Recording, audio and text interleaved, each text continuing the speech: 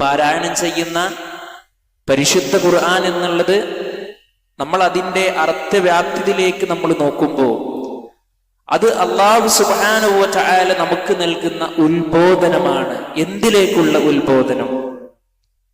എല്ലാവിധ നീചവൃത്തികളിൽ നിന്നും നന്മയിലേക്കുള്ള ഉത്ബോധനം, യഥാർത്ഥ ചൊവ്വായ മാർഗത്തിലേക്കുള്ള ഉത്ബോധനം. ലോകത്ത് ഒരുപാട് വഴികളുണ്ട്, ഏതു വഴിയിലൂടെ സഞ്ചരിക്കുവാനും നമുക്ക് സാധ്യമാകും. പക്ഷേ വിശ്വാസിയെ സംബന്ധിച്ചിടത്തോളം ഒരു നേർരേഖയുണ്ട്, അതിലൂടെ തന്നെ ആയിരിക്കണം അവൻ സഞ്ചരിക്കേണ്ടത് എന്നാണ്. നിങ്ങൾ നോക്കൂ, പടച്ച റബ്ബ് പരിശുദ്ധ ഖുർആനിലൂടെ നമ്മെ പഠിപ്പിക്കുകയാണ്. വഇന്നഹു ലദിക്റുൻ ലക വലിഖൗമിക വസൗഫ തുസ്അലൂൻ. തീർച്ചയായും ഈ ഖുർആൻ നിനക്കും നിന്റെ ജനതക്കും ഒരു ഉത്ബോധനം തന്നെയാകുന്നു. അല്ലാഹു സുബ്ഹാനഹു വ തആല പച്ചയായി പരിശുദ്ധ ഖുർആനിൽ പറയാണ്, കൂട്ടരെ നിങ്ങൾക്ക് ഈ പരിശുദ്ധ ഖുർആൻ അത് ഉത്ബോധനമാകുന്നു എന്നുള്ളത്. മറ്റൊരു ഭാഗത്ത് അല്ലാഹു സുബ്ഹാനഹു വ തആല പറഞ്ഞത് വൽ ഖുർആനി ദിക്ർ, ഉത്ബോധനം ഉൾക്കൊള്ളുന്ന ഈ ഖുർആൻ തന്നെയാണ് സത്യം. അല്ലാഹു സുബ്ഹാനഹു വ തആല ഖുർആനിനെ സത്യമിട്ട് പറയുന്നു, അല്ലേ? അപ്പൊ വിശ്വാസികളെ, ഇവിടെ നമ്മൾ കൂടുതൽ ഭയപ്പെടണം. എന്ത്? എന്റെ ജീവിതത്തിൽ അല്ലാഹു സുബ്ഹാനഹു വ തആലയുടെ ഉത്ബോധനങ്ങളോട് എന്റെ സമീപനം എങ്ങനെ? എനിക്ക് ജീവിതത്തിൽ പറ്റുന്നത് എടുക്കുന്നു, അല്ലാത്തത് ഞാൻ ഒഴിവാക്കുന്നു. എനിക്ക് എന്റെ സാഹചര്യങ്ങളുമായി ഇണങ്ങി നിൽക്കുന്നതും ഒത്തു നിൽക്കുന്നതും ഞാൻ എടുക്കുന്നു.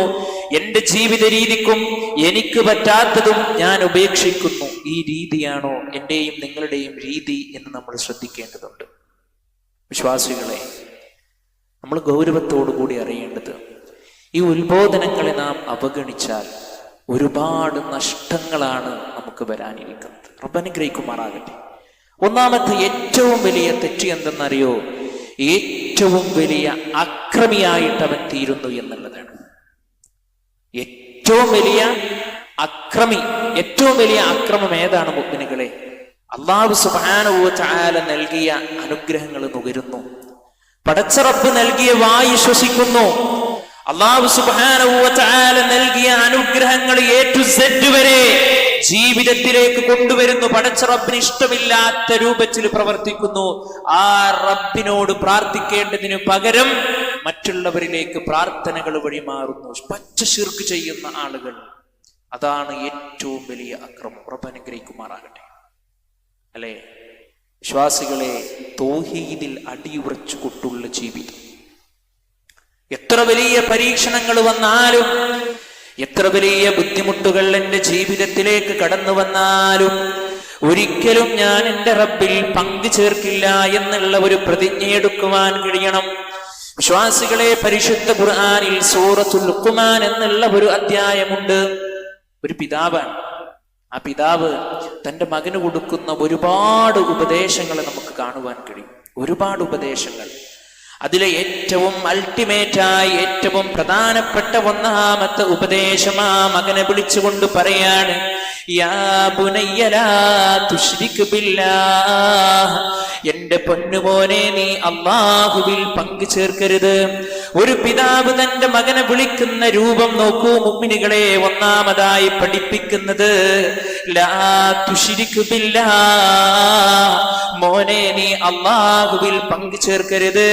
ഇന്ന ശിർക ലദുൽമുൻ അദീം, തീർച്ചയായും ആ ശിർക്ക് എന്നുള്ളത് ഏറ്റവും വലിയ അക്രമമാകുന്നു. അക്രമങ്ങളുടെ കൂട്ടത്തിൽ ഏറ്റവും മുമ്പന്തിയിൽ നിൽക്കുന്ന അക്രമം മുഅ്മിനുകളെ ഇതാണ്. ഇത് ജീവിതത്തിൽ സംഭവിച്ചു പോയി കഴിഞ്ഞാൽ നമ്മുടെ അമലുകളെല്ലാം ബാത്തിലാണ്. നിങ്ങൾ നോക്കൂ, ശിർക്ക് ചെയ്ത മനുഷ്യര് അവര് മരണപ്പെട്ടു പോയി നാളെ റബ്ബിന്റെ മുമ്പിൽ കണ്ടുമുട്ടുന്ന രംഗങ്ങളിലൂടെ അല്ലാഹു സുബ്ഹാനഹു വ തആല അവരോട് ചോദിക്കുന്ന ഒരു ചോദ്യമുണ്ട്. ഒരു മനുഷ്യൻ ശിർക്ക് ചെയ്തു, അവൻ അല്ലാഹുവിന്റെ മുമ്പിൽ നിൽക്കുന്ന ഒരു രംഗമുണ്ട്. അല്ലാഹു സുബ്ഹാനഹു വ തആല അവനെ ഹാജരാക്കപ്പെടും. നബി സല്ലല്ലാഹു അലൈഹി വസല്ലം നമുക്ക് പറഞ്ഞിരിക്കുകയാണ്.